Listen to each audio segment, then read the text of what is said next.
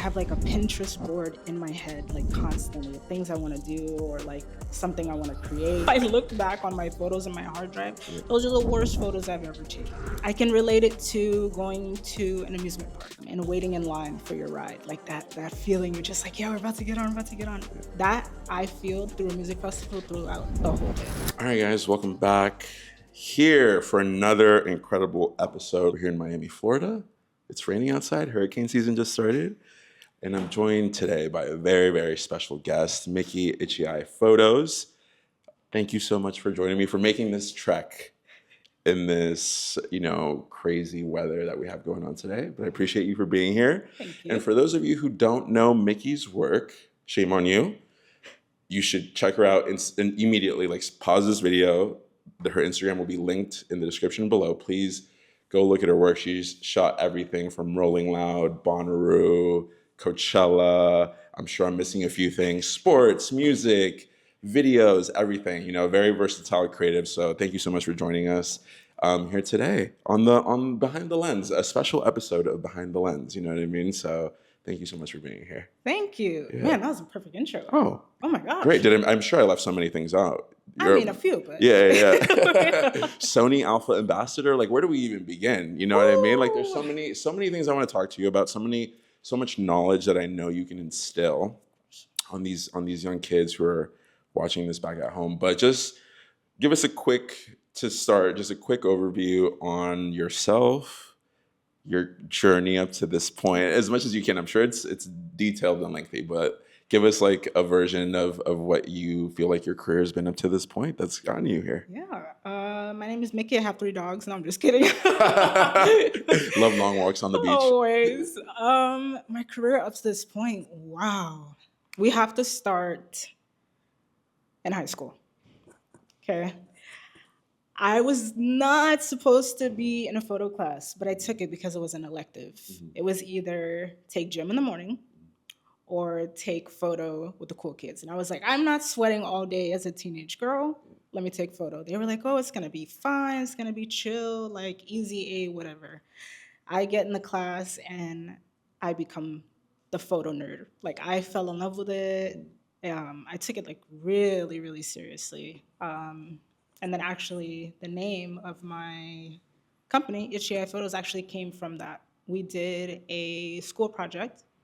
And the first project was to take a photo, a self-portrait of yourself, right? So it was back when they had Microsoft computers, and I just had a little dingy light in my room, and I just took a photo of my eyes, did some Photoshop eyelashes to look super cute on camera. Wow. And I have allergies also, so I was just it just came to me like that. Yeah. I was just Itchy Eye Photos. Wow. Yeah. Just like that. Just like that. And then you grew up here in South Florida, Miami, or where are you from originally? I'm originally from New Jersey, but I was raised in Miami. Okay, got it. Yeah. So how was it growing up here? And I don't know, when I think about Miami, I don't know if I think about creativity necessarily. Maybe the photo video industry. I think maybe fashion, more swimwear. Yeah. I know Miami Swim Week happens here. Mm-hmm. Sports obviously is a huge thing, but I don't know if photo video necessarily is the first thing that comes to mind. So what was it like growing up here and inspired by your surroundings to capture images? Well, for me, it wasn't the scenery of Miami, kind of the beach and all this stuff. It was really just the music and the underground parties. And actually we're 2 blocks away from the first show that I ever shot with Rolling Loud. No way. Yeah. Crazy. So I just love music, honestly. Yeah. There's something about music that translates in a way that words can't. Yeah. So I can express myself and say things to you through a song, right? Or I can just get a feeling. And then I also, it's weird because I'm an introvert, but my job is very extroverted. Mm-hmm. So I get to just be around people and kind of people watch and capture moments of people that'll just last for a lifetime. Yeah, absolutely. And it's interesting that you say that. I feel so many people that I've met throughout the journey of all these shoots or whatever, I feel so many people have that in common where a lot of us are introverts, but we're forced just by the nature of our job Oh yeah. to be extroverted. Like you have to Yep. you have to be able to communicate with people, to be Yeah. able to talk, to communicate an idea from A to B. Mm-hmm. If you need someone to pose a certain way, to bring their chin down, to Yeah. do something for you, that can be like so nerve-wracking. I'm still learning how to really, there's so, like I've done it so many times, done it with like big names, whatever, but it's Yeah. still like, it could be like at a random event and I have to ask someone to take a photo, and it's like Mm-hmm. I get so nervous. Like how, I don't know if that's just me, but I don't. walk us through your process with all For that. me, it's like a switch. Like am so much more confident when there's a camera in my hand. Yeah. Like I don't know. It's just a feeling. Like it's just like okay, time up. Like we're just like extroverted. I have no problem like going out to be like, hey, can I take your photo? And they'll say yes or no, or like, oh, let's grab like a group of people. I'll grab them all together and take a photo.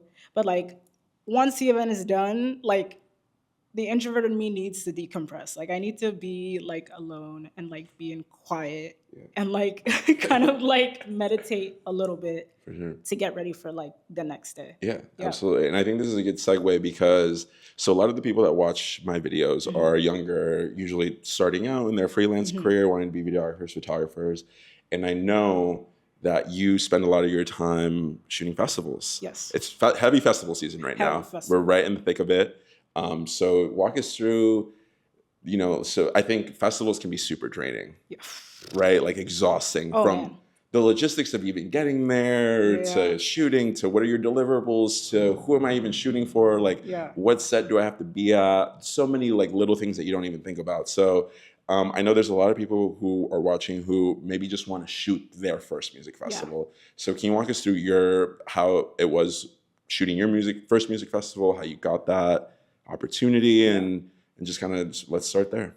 Well, we're literally 2 blocks away from like where I used to first shoot with Rolling Loud. So before Rolling Loud, it was Dope ENT, and they would do like small shows with like Schoolboy Q, Currency, Nipsey Hussle, rest in peace, Nipsey Hussle, stuff like that. And I was in high school at the time, and obviously I wasn't working, didn't have any money, but I had a camera that I got from camera class, and I was like, I don't want to pay, so let me just ask them if I can just come and take photos. And they were like, yeah, sure, come. That's literally how it started. So we just built a relationship and a rapport. And then the first music festival that they did was in Miami during hurricane season, 2015. Crazy. And it was pouring, raining. That was in Wynwood. Yeah. All my if I look back on my photos in my hard drive, those are the worst photos I've ever taken. Okay. There's fog. I'm shooting with a kit lens. Yeah. But there's just something about the energy that's there. I can relate it to going to an amusement park and waiting in line for your ride. Like that feeling, you're just like, yeah, we're about to get on, Yeah. That I feel through a music festival throughout the whole day. Yeah. So that's what keeps me going. That's what brings like the extroverted kind of like personality out. Yeah. So since then, from 2015, they did some more around Miami, and primarily I was just shooting for Rolling Loud. Like that was the only festival that I was doing. Yeah. But you were shooting directly for like their social channels, or like what was that kind of like? It was their media team. So every festival has their own media team that they hire, either for photo, video, graphic design, so on and so forth. So I would just ask them, be like, hey, can I shoot this one? Can I shoot this one? They're like, yeah, of course. And then it just came like a report, like just automatic, like, hey, Mickey, we have this show. Do you want to shoot? And I'm like, yeah. So after that, I built a portfolio because you really want to have a good portfolio to show people, right? Like if I'm looking at someone's page and they want to shoot music festivals, your work needs to reflect what they have on their page or what they're looking for. That would be definitely a good advice that I would give to someone. There's a difference from press photographers, which is shooting for publications, which could be like magazines, local magazines, or like a Rolling Stone, or maybe a Getty, or there's a plethora of publications that you can shoot for, which is you're only shooting the first 3 songs of an artist, versus being on the actual official media team for the festival. If you're doing press, it's first 3, that's it, like you're out. right? First 3 songs. First 3 songs. And then they kick you. There's someone from the festival There's monitoring. security on the sides, and they're like, all right, let's go. Because then it's for the people on the official media team to come in and do the rest, right? So if you're, and I've done first 3, right? Like that's just like how you get started. Yeah, so if you're shooting first 3, I would definitely recommend shooting with 2 cameras, 2 camera bodies, because first 3 songs go by really, really fast. Music festivals in general go by really, really fast. And I think just having 2 cameras, even if you're renting it, makes it a lot easier, so you're not switching lenses in the pit and then you're missing the moment. On each body, maybe you have 170 to 200, like a zoom, some sort of zoom lens, Yeah, right? And of then course. like a wider, do you do 2470, 1635? What's your... I would say that's just personal preference, but definitely like a 7200 that stays on my camera. Like That's a must. that's a must. Literally. That comes with it. That's my baby. It would be just personal preference. Some people don't like to shoot wide, so they won't bring a 16 to 35. Or some people will shoot with primes, or some people shoot 24 to 70. Like I have a plethora of lenses. It just whatever I'm feeling to shoot, right? Like, and with festivals, it can get repetitive, but not in the way like you don't want to shoot this anymore, but like how can I shoot this in a different way? So that's why you would change up your lenses and your cameras and filters and things like that. Now, when you're on the official media team, you have full access, right? You're backstage, you're on stage, you're side stage, you're in the photo pit, you're in the front of house, like you're taking photos of everything. Like it's not just the music. And that's what you need to add to your portfolio. It's also the people.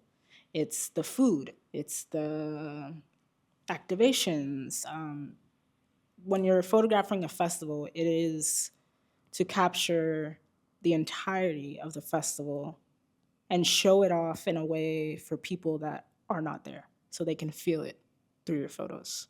Also do your research. Like it's going to be like you're going back to school. You're going to be on Instagram. You're going to go to the festival's Instagram, see who they follow. You're looking for any promoters, managers, production assistants, lighting design, just like anybody and everybody, and just message them. It'll be like an exchange. So you can ask them, hey, I want to take photos of this event. And then in exchange, like I'll give you like free photos, right? And that's how it started for me, just like shooting for free. That's how it starts, because you need to build your portfolio. No one's going to pay you just to shoot. They don't know you. They've never worked with you before. So it's just like, just keep getting your feet wet. Yeah. And I think the biggest thing that a lot of creators have is that they want to go from A to Z like super fast. And it's not like that. Yeah. And it was never like that for me. Like literally it took from 2015 till now to like build up my clientele and my portfolio. Yeah, it takes a while. It doesn't happen overnight, that's for sure. No, it does not happen overnight. Yeah, I think, I don't know if this has been your experience with like now that 9-10 years later, right? Like you've done, I'm sure, a lot. You've done so much. You've seen it. You've seen it all. You know what I mean? I'm sure you went into your first festival thinking it was going to be a certain way. You realize there's a bunch of BS that you're going to have to go through. And maybe like I'm getting older, I'm getting grumpier, I'm getting pessimistic, whatever. But I don't know. As of late, I've just been like in such a mood where it's like, dude, like I've done so much, and it's just like, what am I even doing? I think that's just like a natural like thought process for anyone, like in life, right? Like whatever it is that you're doing, this is not just exclusive to like being a photographer, a videographer. Like you're always gonna maybe think about like your journey, your career, like where you're going, where you've been, you know. And I think same, like I'm 8-9 years deep into this now, and I'm just like, wow, like there's just so much BS that you kind of have to go through. And like I think to a point I'm certainly jaded, you know what I mean? I'm just like, whatever, like who even, everyone's like, oh my God, you're shooting so and so, and it's like, okay, like whatever. It's literally just my job, you know what I mean? So I just wanted to get your take. I think maybe now this is turning into a therapy session. I think that just hey, you know what? I like this. We need more photography therapy sessions. Absolutely. We really do, because I even write like on my Instagram like inspirational posts. I'll write like stuff about like mental health, and it's really important to let people know, because Instagram is basically a highlight reel, right? It's only showing the good parts of your life. Right. I'm not like that. Yeah. Like I like to I want people to know that I'm a real person. Like I have feelings. I go through certain things. I'm just like you. Yeah. Like I get told no for certain gigs and Right. stuff like that. I get turned down. Yeah. Like maybe I don't get to shoot an artist that I wanted to that was on the lineup or things Right. like that. Like I'm just like anybody else. Yeah. Like there's Yeah. the only difference is that I just kept going. Right. Right. So Yeah. just you need to keep going. You need to Yeah. push yourself because there are moments where I've wanted to quit. For sure. Yeah. Like I've wanted to just be like, you know what? Like this is too much. Like if it's gonna happen or happen at all, like it should feel easy. But then it's like, wait a second, I didn't go through all that to just stop right here. Like if I stop right here, like what would my younger self say? You know, like in 10 years from now, like I don't know where I'm gonna be, you know? And I'm really big on manifestation. Yeah. That's a really big thing for me. And it's like you have to write down your goals, but as soon as you write them and you say them out loud and you say them to your friends, constantly thinking about it, like you need to put it into action. For sure. Already. Because then the universe kind of like brings that energy right back to you. Yeah. Yeah. Absolutely. And I think that, it's very important to do that because, and I also love like what we're doing. Like I try to do this with so many of my friends who are photographers and videographers or freelance creatives because, you know, I do this comparison a lot where I think about like my friends who work in corporate America, right? Like everyone goes through like lows in their job where they like hate their boss or whatever, right? But they have their coworkers that they see every day that they can like talk and vent and like share a common experience. But with us, like our job is so isolating, you know, we may see each other like at a festival or at a shoot, but that's like, we're usually working. It's for like a day or two at a time. Like there's not really time to like talk. And then there's this like big gap in between where it's like, all right, now we're just like at home alone. You know, maybe we have a partner or whatever, like family, but they can't really relate to what the ins and outs of what we go to. You know what I mean? So it's like, I think it's super, super important for anyone watching, like if you have a friend who's a photographer or creative or whatever, like just to reach out and like talk and vent and share some of your gripes because anything that you're going through in whatever Oklahoma City, like we're going through it in Miami, in LA. You know, we're dealing with clients who maybe are a little frustrating or like don't communicate clearly, or my invoice hasn't gotten paid and it's been 4 months. You know, like they hit me with a net 120. You know, I'm like, what does that even mean? What do you mean you're not going to pay me for 120 days? You know, so it's like it's so important to like to chat and just like be like, okay, like you realize I'm not in this alone. You know what I mean? Like it's so like there's a community there and it's important. Exactly. I think the quicker you find a community, the further you go. You know, because there's so many times where maybe like I have a gig that's offered, can't do it. Maybe I need someone in Miami to come help out or whatever. You can pass it along. So it's really like your network is your net worth. You know what I mean? To an extent, but aside from that, it just helps to have a community who can like really help you through it all. Yeah, and I think you need to like use social media to your advantage. Like we met through Instagram. Yeah, isn't that crazy? And now we're doing interviews. Exactly. It's insane, it's insane. Right? Yeah. And like we live in completely different cities, but we connect on stuff. I'll ask you questions, or like if I want to learn something. I think a lot of creatives need to know it's okay to ask questions. Like it's okay to like learn something because I can YouTube it, but like maybe they know like a better way of like getting it done or things like that. Like I think that's what I love about being in this industry, at least for myself. I'm constantly learning. Like I'm never going to be 100% at something. Like there's always something to learn. Yeah. And then going back to net 120 is crazy. What's the craziest pay period you've been hit with? Woo.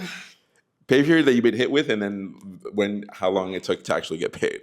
Oh my gosh. Let's talk about having a gig and not getting paid at all and having to go through lawyer fees and things like just to get paid. You've done that. You've gone through all that. Just to get paid. Wow. Yeah. There's net 7, net 14, net 30, net 60, net 90, net 120. And I feel like it needs to be just net now. Yeah, literally. It needs to be net now, but I get it with the company's standpoint and like how the financial team works and things like that. But you got to think about it. It's like this is not for fun. Like we do this for a living, right? So it's like if I need to pay my rent and they're paying me net 90 from when I send the invoice, I don't get paid 90 days later.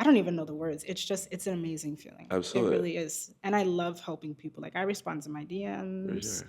I say hello to people. I give Yeah. them advice. Like there's no gatekeeping around And you here. do such a great job on socials, just like Thank sharing your you. journey and Yeah. showing your face, Yes. and most recently, this is like the day, 2 days after Gov Ball. Like I just saw you like dancing in the pit, you know what I Yeah. mean? Just like having a good time while you're shooting a set. And I Yeah. think those things are like super valuable too. Like outside of just showing like you're a Hmm. human being, right? And this is who you Exactly. are.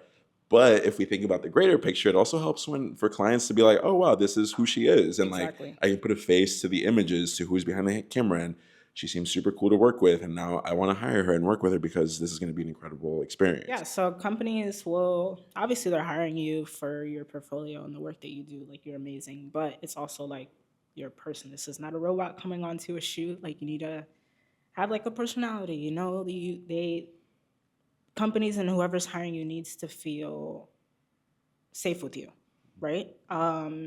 Like you're just like you have a cool vibe, kind of like your friends, you know, like you invite your cool friends out, like you want to have a good time. Like they're also hiring you based on your likability also. So it's I think it's important to like show your face and show your personality and show that you're a multifaceted person because they're not only hiring you for your work, they're hiring you as a person because they can hire anyone. It really does help overall. But aside from that, I think it's just awesome how much you share of yourself, Thank you. on socials and just like, being not only like photography, but like you work out and like, Yeah, your yeah. gym journey and like the apparel that you choose to wear. You know what I mean? I see you, you know what I mean? You're really out here doing your thing. And Oh, thank you. It is crazy because yeah, I did the gym this morning. look at I you. had to. I feel like for me, it's just like my brain is constantly thinking of photos or thinking of ideas. I have like a Pinterest board in my head, like constantly of things I want to do or like something I want to create, a vlog I want to do. And it's like, okay, I need time to just like let my brain like turn off. Like I just need to be in the gym, me time.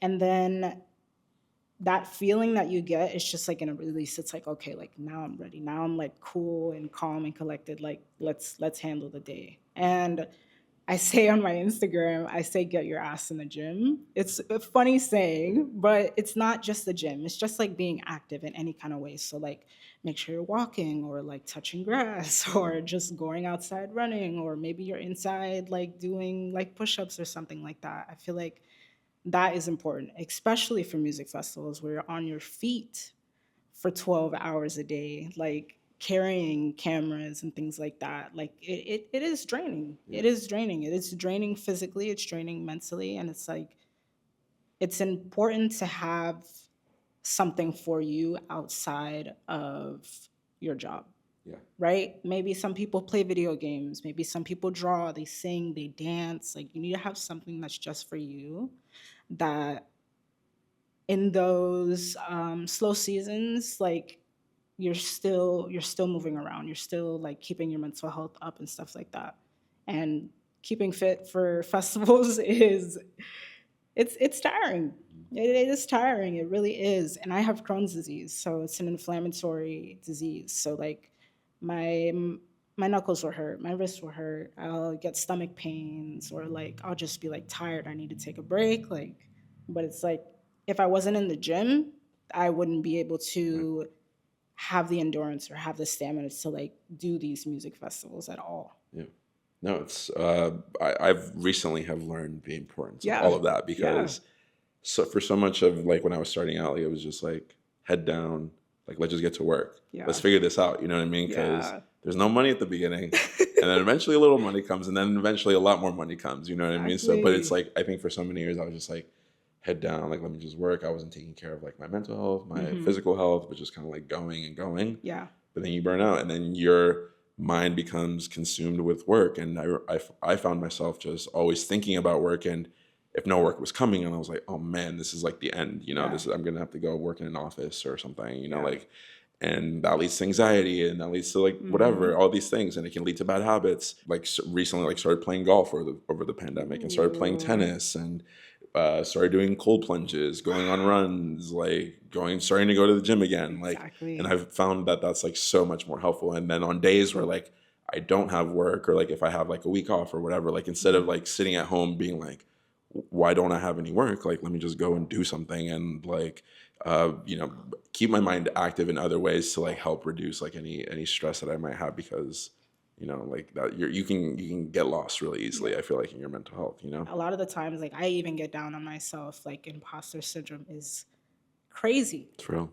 Imposter syndrome is crazy, and like, so we have social media and all these things, and it's like I can swipe all day, and like I'm seeing all these creative things, and I'm just lying in the bed, like just waiting on the next gig or something like that. And I'm like, and it's bad that we have that, because we are talented people. Like, we're all talented in our own ways, and we should not compare our work to other people. But honestly, it's inevitable that we do. People that say they don't, I feel like they're lying, or they're just keeping it to themselves. Right. Because, like, in the back of your mind, sometimes you do. You're like, man, like, why isn't my work looking like that? Or like, why am I not in those places and with these people and things like that? And it's like, your time will come, right? Festivals hire so many different creatives. They're not hiring all the same. Like, they don't want people's work that look all the same.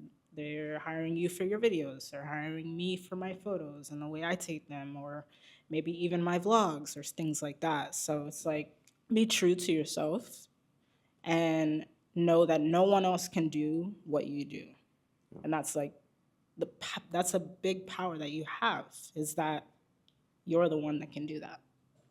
Yeah, absolutely. I always have to remind myself that too, Yeah. because, especially I think when you're younger, like, and you're just starting, like, it's harder to not compare yourself, Yes. because you haven't done that much, right? It's like, dang, like, I want to shoot my first music festival, but like all these people are shooting it, and like, how do I get there? And like, I'll never be good enough, yada yada yada. But it's like, it's really like, you have to keep going. And I think one bad thing that this industry does is it really weeds out the people who aren't in it for real for the right reasons. Yes. Because like we said, like it takes a while to make money, so you really have to grind it out. Yeah. And if you don't have it in you to like Yeah. sustain yourself, or wait until that comes, and just be okay with eating shit for a few years, then like then you're just not gonna make it. You know what I mean? Or it's like, or if you're only doing it because you're trying to be like a rapper's best friend, like that's the wrong reason. Like it's like, people will figure that out. They'll see right through it, and like they'll be like, this person isn't gonna be hired ever again, because like you're out here maybe trying to take a selfie with someone, or like meet someone or whatever, So I think that's like, yeah, you're right. Like, you really just have to be true to yourself, stay to your course, stay to your path, and as much as you can, like, tunnel vision, like, to an extent, there's always, you never want to go overboard, but to an extent, tunnel vision.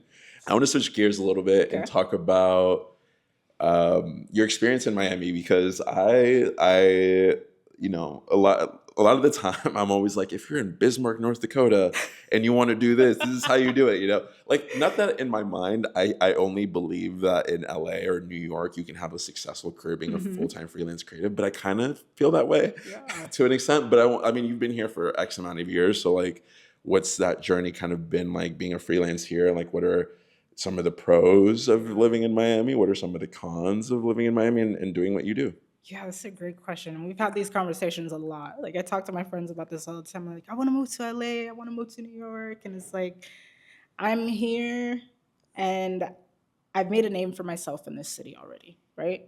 And it is time to grow, and it's time to like move on and kind of like get out of that comfort zone that I have. But I do stay here for my family. I love my parents. My brother's here. My dogs are here.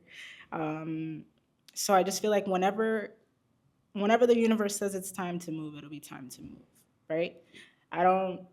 I mean, if you're like in North Dakota or something like that, I don't know. I don't know what the scene is out there, but you definitely want to be in a city for what you're doing, right? Like, a lot of dancers, they go to LA or they go to New York. So I feel like Miami, LA, New York, Atlanta, probably many more that I have not mentioned that are specifically there for creators to blossom, right? So hopefully the next time we talk, I'll be in a different city, working in a different city.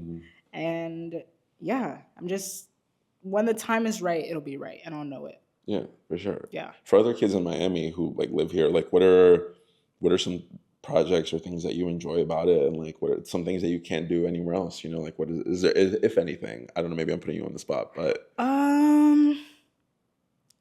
Miami is really good for gym, like fitness.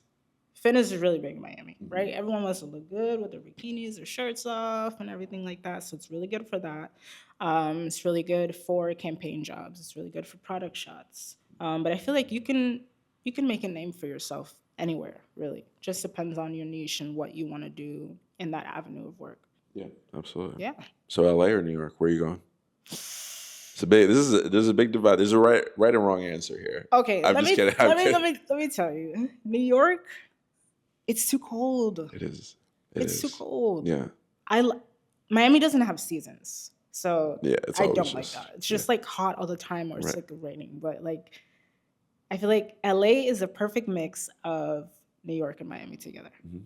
right? And it just feels. I mean, maybe because I don't live there, but for me, it just feels endless. Like you can just walk forever or like see new things. And even like my parents are from New York, right? Mhm. And even every time we go, we see something new. So there's always something new to see. I feel like I've seen everything in Miami. Yeah. And yeah, just when the time is right, like I'll definitely move and take that step, but I'll always have home to come home to because Yeah. it's just comfortable for me. Absolutely. Yeah. Yeah. And home is where the heart is. It is. You know what I mean? But yeah, no, I feel you because like all my family's in LA and I've tried living in New York for a little bit. And, I mean, I'm always on the road for work, but it's just always nice to like come home to like, oh, my family's here. Like if I want to see whatever. Yeah, It's nice. Miami is Yeah. like my decompressed state because a lot of my work is like in a lot of different cities or like when it's Mhm. like festival time, like I'm flying out like every week or like every 2 weeks, or sometimes I'll get home, I get a gig, and I literally have to get right back on a plane. Yeah. Yeah. For sure. I want to talk about Sony. Sony cameras. For everyone knows I'm a Sony boy. Like been shooting on Sony for like 8-9 years now.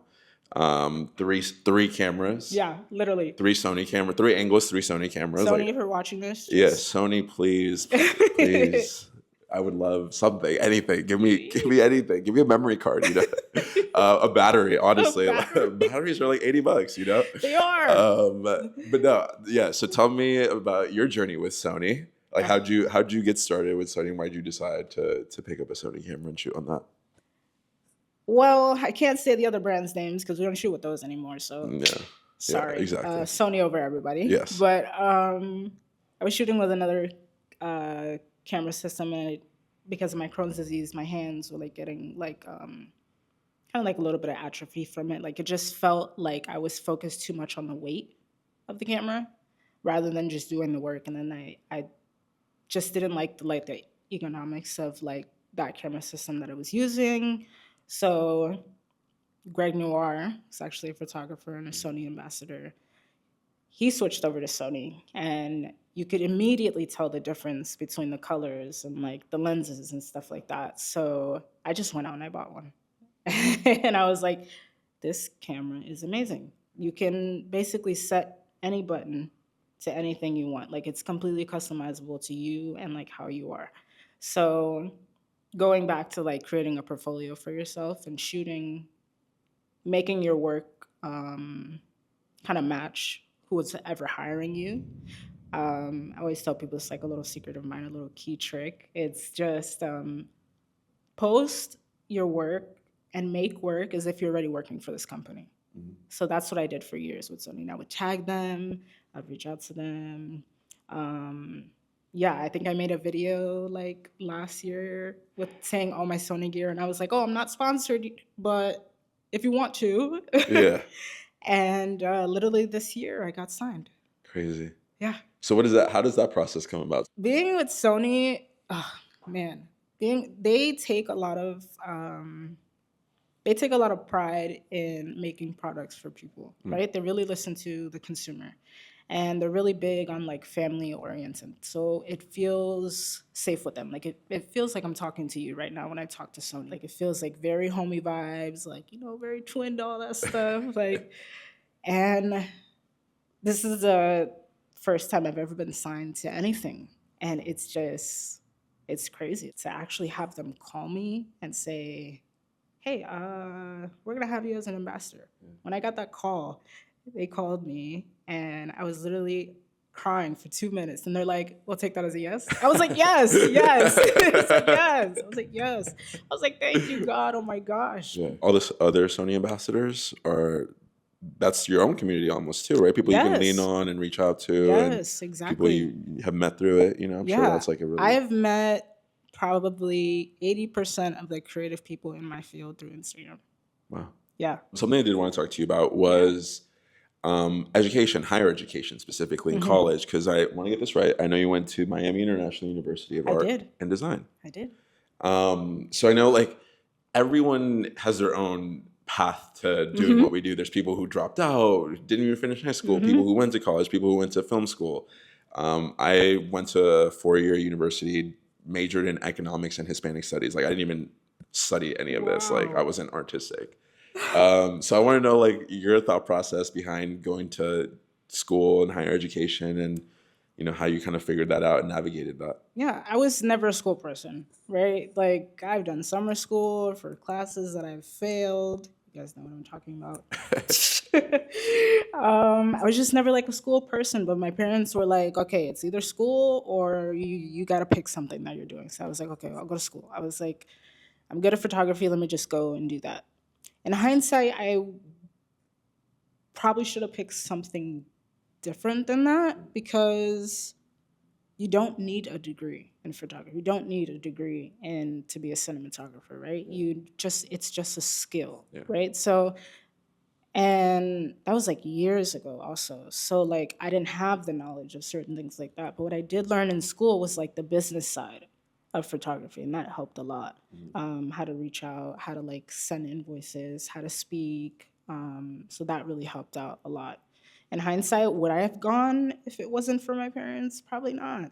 Probably not. I Yeah. would have taken that year and just like traveled the world and try to like figure myself out. But all in all, like photography is still like in my life. But you don't need to go to college. Like it's not. You don't need to go to college to be a photographer or Yeah. to do anything. Like Yeah.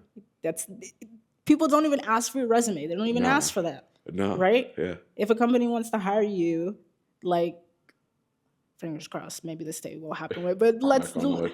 let's just say Drake DMs me and he's like, "Hey, I want you to come to this shoot to like do some behind the scenes photos." He's not asking you, "Hey, do you have a degree in photography first?" Right. Like, no. It's like, hey, let me see your resume. Yeah, Like, your resume is your portfolio, your Instagram, whatever social media Right. you use. Yeah. Yeah. Exactly. Yeah. No, that's. I mean, that's great advice. Yeah, I think.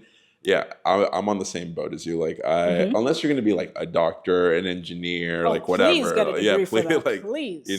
please go. But like, if you're trying to be a freelance creative, like, it's all about your skill and your ability and the Yeah. practice that you've put in and the hours you've put in. And if you are going to go to school, and let's say your parents like are like you're going, Yeah. but this is what you want to do, like major in some or other sort of like Yes. lane that will add to this, you know, whether Yes. that's business, just so you like you Exactly. understand how taxes work, your accounting, your bookkeeping, things like that, Yes. or honestly even like psychology, because then you get to learn how people think and like Yes. how you can, you know, that can translate over to shoots and like how you Exactly. communicate to people or whatever. Like, but I think if you have to go to college or you're going to go to college, like this can be learned. I learned everything on YouTube. Yes. So, like I literally learned everything on Yes. YouTube, like how to shoot in slow mo, how to like do all, how to edit, whatever, like Yes. how to make a 9:16 We graduated timeline. from YouTube University. No, absolutely, yeah. And I made a whole business, a career out of it. You know, tell me about Yeah. your favorite projects that you've been on, some of your favorite shoots, some of your favorite photos that come to mind. Okay. My favorite festival is Coachella. Coachella is literally everything that you see online. The grass, the sunsets, the people, the energies. It's like the stages are top tier, kind of like Super Bowl stages, right? Like that's the height of someone's career is to do Coachella. Yeah, the vibes there are great. So that, and I did it for my third time this year. Incredible. Yeah. Congratulations. Thank God for that. Some of my other favorite projects was I shot some photos of Drake. That's one of my favorite artists. Yeah. If you follow me, you know I'm a diehard Drake fan. Yeah. And I actually photographed him with Parallel Agency at the Dreamville Festival. It was J. Cole and Drake. And for me, I'm a hustler. Like, I don't take no for an answer. Like if it's a no, like I'm gonna find another way. Like, and I feel like in this industry you just have to like keep going, keep going, keep going. And doing that got me to photograph Drake at Dreamville Festival, have his managers and people be like, hey, send me the photos. So I was like super editing fast, like in the back. I sent them, and then 2 hours later he's posting them. 2 hours later, it's on like Apple Music. 2 hours later, it's on like a Spotify cover, and I'm just like blown away. Crazy. So from that, I've shot 6 of his tour dates. So that's like definitely Insane. all of that is like one of my favorite projects for sure. Yeah, absolutely. And we'll add some of the photos here so Yes, you guys can see all of please. them. I mean, those are good ones. Where do you go from here? How do you top that? What are like the long-term goals? What's next, you know? I feel like in your career, your level, your hunger for success is going to constantly grow, right? I had manifestations of shooting more festivals. I had manifestations of photographing Drake and things like that. And it's like, okay, well, now we've passed that threshold. Now our hunger for success is growing. And that's totally fine. That's what should happen. You should want more for yourself. What's next? I want to travel more. I want to travel a lot more. I want to work with artists. But it's like, even if those things don't happen or they don't happen according to my timeline, it's like everything happens for a reason when it's supposed to happen. And it's like, just go with the flow. Because, yeah, your path will sometimes have detours, right? But you're always like on the path. That's why I try to tell people, like, don't compare yourself to other people's work, because I can't compare someone's first festival to my 10th year shooting a festival. It's just not the same, right? Yeah, and then probably doing more interviews, because I need to get in front of the camera more. Absolutely. Yeah. And you're a natural. I think You're so good. So thank you. eloquent, so well spoken. I try. You made my job easier today as Thank an you. interviewer, you know what I mean? So we've made it to the end. So sad. Flew by. It flew by. Oh, I believe. With lightning and all, thunder and all. But yeah, any last words, any last messages that you want to share to anyone watching back at home, whether that's advice or tips or, you know, anything that they can kind of take home from all this? I would definitely say, don't give up on yourself. Don't quit on yourself. And then for me, you're going to have to stay tuned. I have a lot of things that are coming out. A lot of things cooking. A lot of things that are coming out. A lot of things brewing. And then for anybody that has questions or whatever, reach out to me. Yes. DM, emails. If you see me out, say what's up. I'm always down to help people. We just need to help people in this business, because there's room for everyone. Absolutely. No, room for everyone. There's always a job out there, a gig. Always. Yeah. But yeah, no, I'm going to leave. Here's Mickey's Instagram handle. Here's mine. And if you're watching this and you need help, DM us. DM us on Instagram. Well, I reply to everyone. I'm sure you reply to as many people as you can. Everyone, if you can as well. Yeah, guys, if you have any questions, again, feel free to reach out to us. Let us know. Let us know in the comments below. Let us know in the DMs. But appreciate you again for watching. And until next week, see you then. I might just hit it raw. That's on my element. I like dark skins, love a melanin. Talk, pushing in the tongue when I'm stepping there. 30 bottles of the same time, send them